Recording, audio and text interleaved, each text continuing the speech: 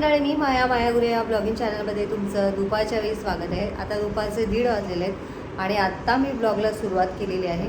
आणि आता किचनमध्ये मी तुम्हाला दाखवते मी आत्ता काय काय केलं आहे.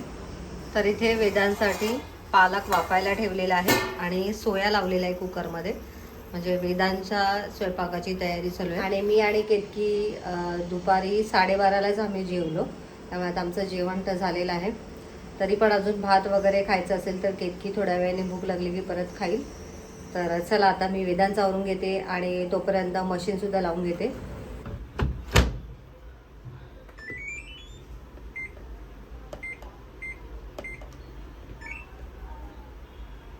आता मशीन लावलेले आहे आणि अजून पण मला बरीच कामं आहेत. म्हणजे आज किचन स्वच्छ करायचा विचार आहे मला. आता हा जो रॅक आहे तो सगळा अस्वच्छ झालेला आहे, म्हणजे भरपूर धूळ साचलेली आहे.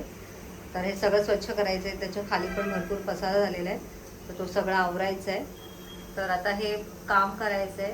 आता पटपट आता मी आवरून घेते. त्यानंतर ही जी मांडणी आहे ही पण स्वच्छ करायची, पण ही आता मी आज करेन किंवा उद्या सकाळी करेन. आज तर मला ही मांडणी पटपट साफ करायची. तर चला आता मी आवरून घेते. तर इथे तुम्ही बघू शकता हा रॅक दिसायला लहानच आहे, परंतु भरपूर अशी या रॅकवरती भांडी बसू शकतात. तर इथे मी सगळे प्लॅस्टिकचे डबेच ठेवलेले आहेत.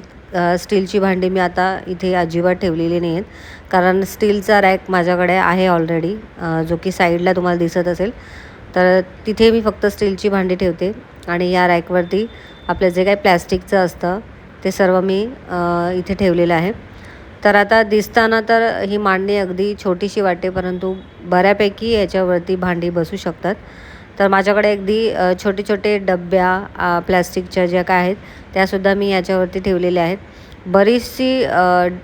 बरीचशी भांडी याच्यातून निघाली आणि ते काढताच मला एवढा वेळ लागला. आणि तुम्ही ते बघू शकता रॅक पूर्णपणे मी आता रिकामा केलेला आहे आणि धूळ पण भरपूर आहे, तुम्ही बघू शकता. तर असं लांबून वाटत नाही की त्याच्यावरती धूळ आहे, परंतु जवळ बघितल्यावरती खूप घाण झाले. आणि हे डबेसुद्धा बघा, वरतून त्याची झाकणं सगळी त्याच्यावरती भरपूर अशी धूळ साचलेली आहे.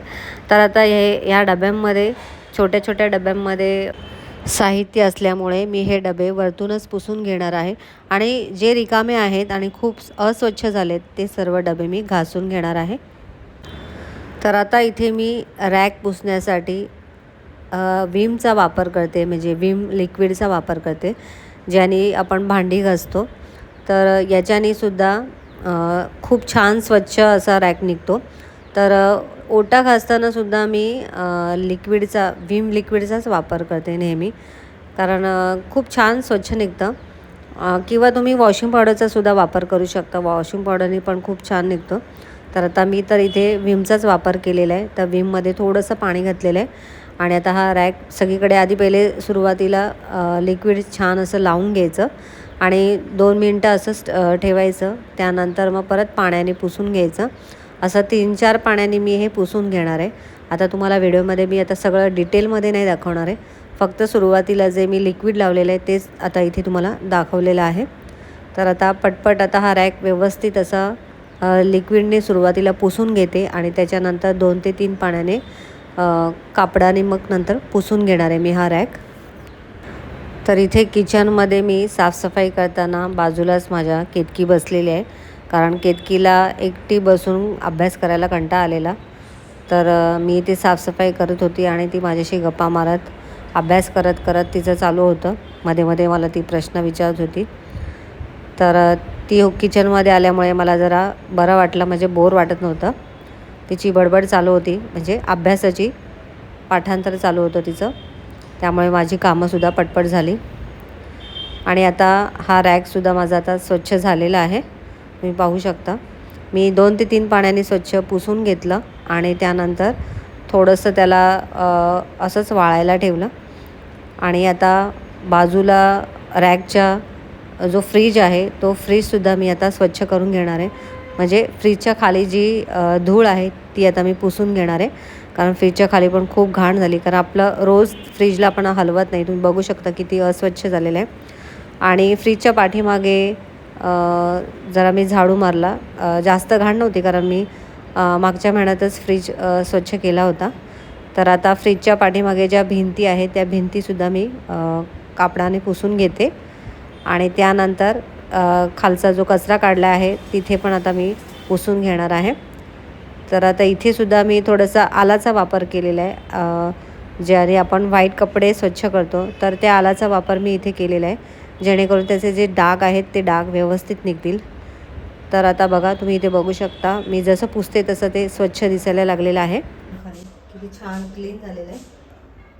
सगळी बाजू आता मी इकडची क्लीन केलेली आहे. तर हा कोपरा एकदम स्वच्छ झालेला आहे, तुम्ही बघू शकता. रॅक व्यवस्थित स्वच्छ झाल्यानंतर आता रॅकमध्ये जी आपली प्लॅस्टिकचे डबे होते ते डबे आता मी स्वच्छ करायला खाली बसलेले आहे. तर आता या डब्यामध्ये सामान असल्यामुळे मी आता हे सगळं छोटे छोटे सामान असल्यामुळे ते आता एवढं काढत कधी बसायचं, त्यामुळे मी आता वरतूनच आता हे डबे व्यवस्थित स्वच्छ करून घेते. तर आता इथे एका कापडाला मी आला ब्लीच लावलेला आहे. ब्लीचमुळे वरची जी धूळ आहे ती पटकन निघते आणि थोडंफार काही चिकट असेल तर ते सुद्धा व्यवस्थित निघतं आहे. त्यामुळे मी इथे ब्लीचचा वापर केलेला आहे आणि ब्लीचच्या साहाय्याने व्यवस्थित आता हे डबे पुसून घेते. तर आधी पहिले आलाच्या साहाय्याने व्यवस्थित हे पुसून घेते आणि त्यानंतर दुसऱ्या ओल्या कापडाने मी हे डब्यांची वरची झाकणं पुसून घेते, म्हणजे ह्याचा जो चिकटपणा आहे तो व्यवस्थित निघतो. तर आता हे मी पटपट आवरून घेते.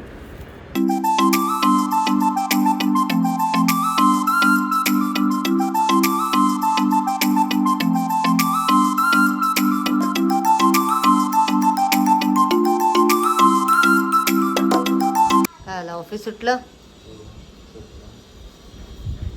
पालकचा आता ज्यूस पिणार आहेस ना? हां, ठेवलं आहे ते. कर आता तू. मला आता हे आवरायचं सगळं. चालेल. तर आता हे जे डबे आहेत प्लॅस्टिकचे ते वरतून मी स्वच्छ करून घेतलेले आहेत, कापडाने पुसून घेतलेले आहेत, कारण त्यामध्ये बरंच काही सामान आहे. आणि ज्या डब्यांमध्ये काही सामान नाही आहेत आणि वरतून खूप खराब झालेत तर ते डबे मी घासून घेते. तर चला आता पटकन आवरून घेते. तर डबे व्यवस्थित पुसून झाल्यानंतर आता मी हे काही रॅकमध्ये ठेवलेले आहेत. छोटे छोटे एकदम लहान साईजचे जे डबे आहेत ते मी रॅकमध्ये ठेवलेले आहेत. तर आता सुरुवातीला जसे होते तसे मी ठेवलेले नाही, आता पुन्हा मी थोडंफार चेंज केलेलं आहे. तर आता इथे माझ्याकडे एकसारखे डबे नसल्यामुळे थोडेफार लहान मोठे साईजचे झालेले आहेत. तर मलासुद्धा एका साईजचे असे ट्रान्सपरंट डबे घ्यायचे आहेत. तर बघू आता लवकरात लवकर घेईन मी. आता जे काय आहे ते मी अशा पद्धतीने इथे ठेवलेलं आहे आणि तुम्ही बघू शकता. तर आता खूप छान फ्रेश वाटते मला. तर आता हा मी चेंज केलेला आहे. अगोदर होतं त्याच्यापेक्षा जरा थोडंसं मी वेगळं केलेलं आहे.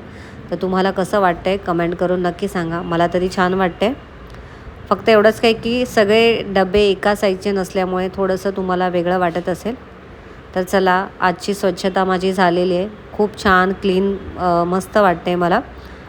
आता उद्या मी स्टीलची जी मांडणी आहे ती स्वच्छ करीन. थँक्यू. आज केतकीने माझ्यासाठी चहा बनवलेला आहे. मस्त. तर या चहा प्यायला मी केतकीच्या हातचा चहा पिते. केतू, चहा छान झालाय. आता केतकीला चहा करायला जमायला लागलेला आहे. बिस्किट 2च दे मला. केतकीने माझ्यासाठी बिस्किट आणलेले आहे तर मी आता खाते. तर आता संध्याकाळचे 7 वाजलेले आहेत आणि आता मला स्वयंपाकसुद्धा करायचा आहे. तर आजचा व्हिडिओ मी इथेच एंड करते. आजचा व्हिडिओ तुम्हाला कसा वाटला कमेंट करून नक्की सांगा. आणि व्हिडिओ आवडला असेल तर व्हिडिओला लाईक करा, शेअर करा. चॅनलला नवीन असाल तर सबस्क्राईब करा. भेटूया नेक्स्ट व्हिडिओमध्ये. तोपर्यंत बाय बाय.